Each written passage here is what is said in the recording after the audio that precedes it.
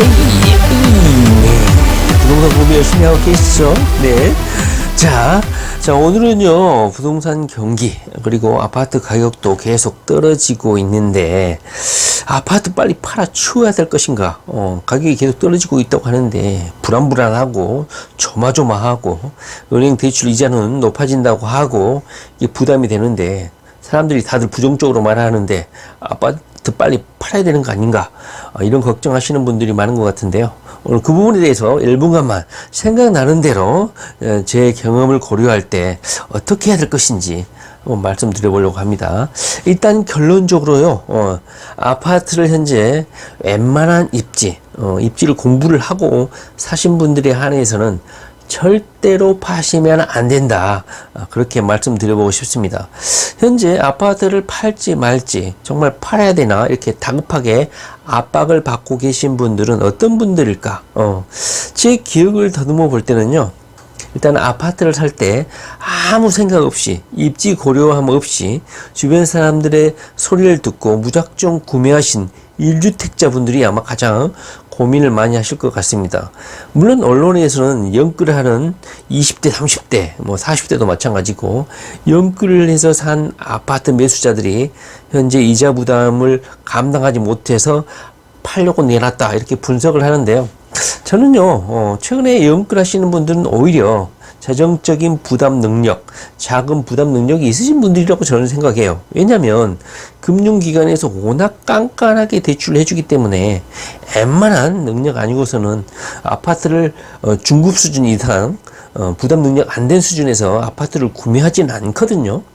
그래서 현재 아파트를 매도할 것인지 말 것인지는 어정쩡한 다주택자들, 그리고 무주택자 신분에서 1주택을 사긴 샀는데 어떠한 확신, 공부, 이런 입지적인 고려 없이 아파트를 사가지고 자기 확신이 없는 경우, 이런 분들이 아마 크게 흔들릴 거라고 생각합니다.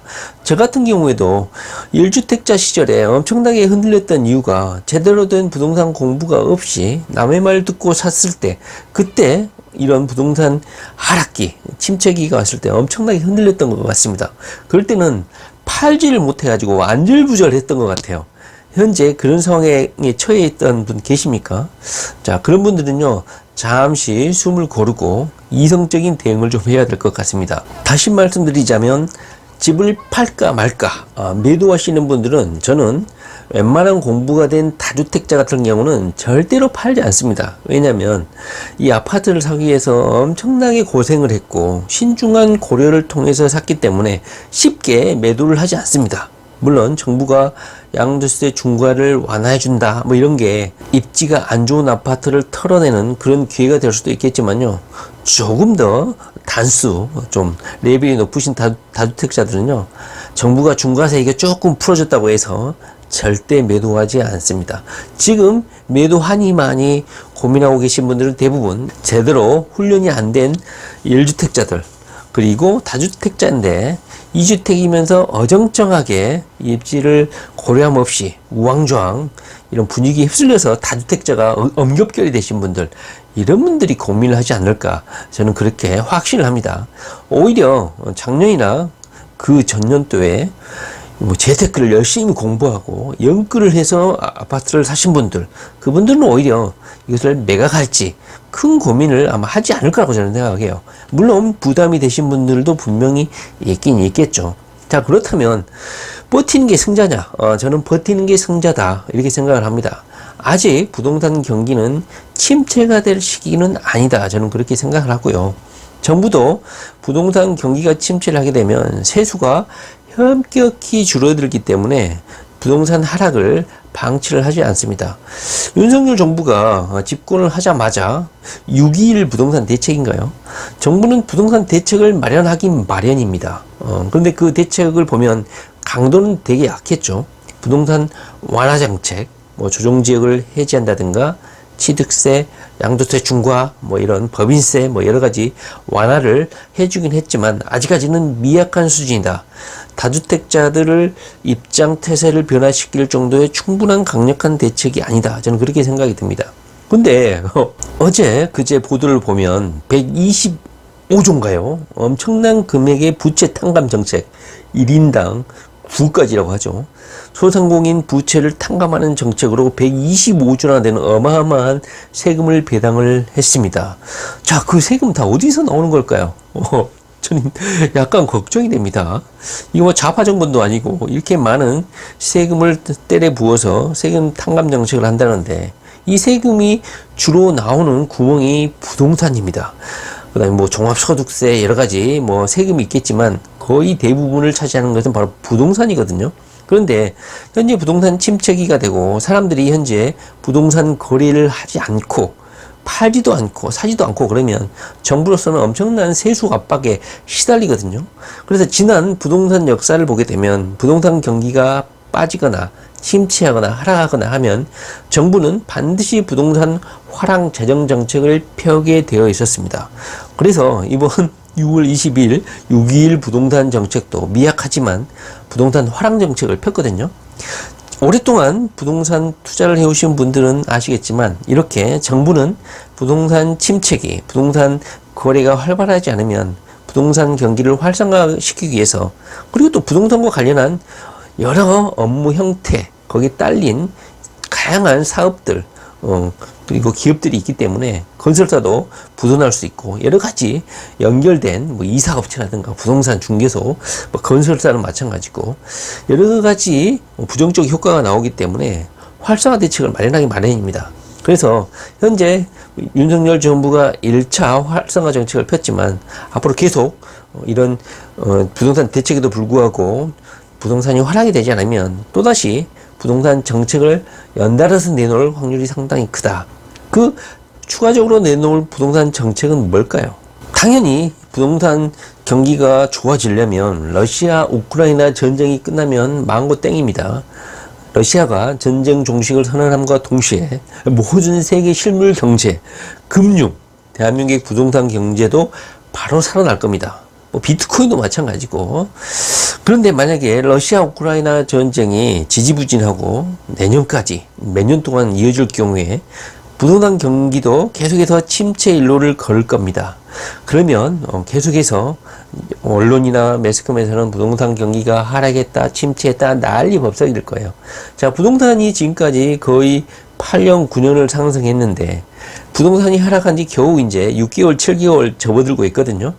자, 이렇게 6개월, 7개월 하락기인데도 난리가 아니고 정부도 몸을 사리고 난리가 아닙니다. 정부가 가만히 있을까요? 지난 부동산 정책 역사를 볼 경우에 윤석열 정부도 물론 합리적인 정책을 추구한다고는 하지만 부동산 경기가 계속 하락을 하고 비탄감으로 125조를 남발하고 이렇게 부양을 하고 있고 돈을 쏟아붓고 있는 이 상황에서 6.21 부동산 대책을 볼 때도 신혼부부, 청년 세대, 취득세 감면부터 해서 양도세 중과 이런 세금 감면 정책을 펴고 있거든요. 자, 이럴 경우에 세수를 유일하게 확보할 부동산 화랑이 되지 않으면 정부로서는 큰 재정 압박을 당하게 될 것이라는 점이죠. 그래서 윤석열 정부가 아무리 합리적인 정부라고 하더라도 앞으로 부동산 침체 국면을 방치하지 않을 것이다. 저는 그렇게 생각합니다. 그래서 하반기 지나서도 부동산 경기가 활성화가 되지 않고 러시아 우크라이나 정책이 끝나지 않으면 제2차 부동산 활성화 정책을 펴게 될 것이고 그 후속타로 아파트 임대사업자라든가 극강으로 양도세를 경감해 준다든가 이런 파격적인 대책이 나올 가능성도 상당히 크다. 양도세는 면제를 해주더라도 그 반대급부인 취득세는 아마 지금도 청장년층 신혼부부는 현재 면제를 해주고 있으니까 아마 취득세는 건들지 않을 것 같아. 그래서 세수를 확보하지 않을까. 거리 활성화를 통해서. 지난 부동산 정책 역사를 봤을 때 부동산 침체를 정부가 가만히 방치하지 않았다. 그래서 올 하반기 조금은 부동산 침체를 겪게 되겠지만 결국은 부동산 자산을 한번 사고 파는 게 쉽지 않기 때문에 현재 아파트를 가지고 계신 분들은 감당할 수준이라면 그리고 약간 버거운 수준이라고 할지라도 좀 더 일을 더 열심히 하고 직장생활 열심히 하고 부가적인 수입을 창출해서라도 이 위기를 견뎌내셔야 된다. 저는 그렇게 말씀드리고 싶습니다. 지금 현재 혼란스러운 거는 공부가 된 다주택자들이 아니라 어정쩡하게 공부가 안 되고 훈련이 덜 된 1주택자 그리고 어정쩡하게 다주택자가 된 2주택자, 3주택자 이 정도 수준에서 아마 혼란스러워하지 않을까. 오히려 지난 2년 동안 영끌을 해서 최선을 다해서 사신 분들, 금융기관의 대출 능력 평가를 받으신 분들은 오히려 아파트를 팔지 않을 것이다. 저는 그렇게 생각합니다. 자, 어떻게 하시라고요? 절대로 아파트를 파시면 안 된다. 제가 항상 말하지만 3기 신도시가 본격 입주되기 전까지는 공급이 그렇게 많지도 않다. 현재는 약간의 금리 인상, 전쟁 이런 것들로 인한 자금 경색, 일시적인 금리 인상, 교착 이런 상황 때문인 것이지 근원적인 부동산 침체기가 아니라는 거 한번 말씀드려 봅니다. 자산이 최고의 재산이거든요. 한번 자기 손에 들어온 자산을 절대 팔면 안 되겠습니다. 물론 다시 살 수도 있겠지만 거기에 부수하는 비용이 엄청나게 들기 때문에 힘들게 얻은 아파트를 쉽게 내다 팔아서는 안 된다. 이렇게 말씀드려보고 싶습니다. 자, 러시아 전쟁 끝나기 두 번째, 앞으로 윤석열 정부도 부동산 정책, 활성화 정책을 내놓을 수밖에 없다. 이것을 기억하시고 자신이 구입한 아파트 절대 팔지 마시기 바랍니다. 자, 부동산 공부 열심히 하시기 바랍니다.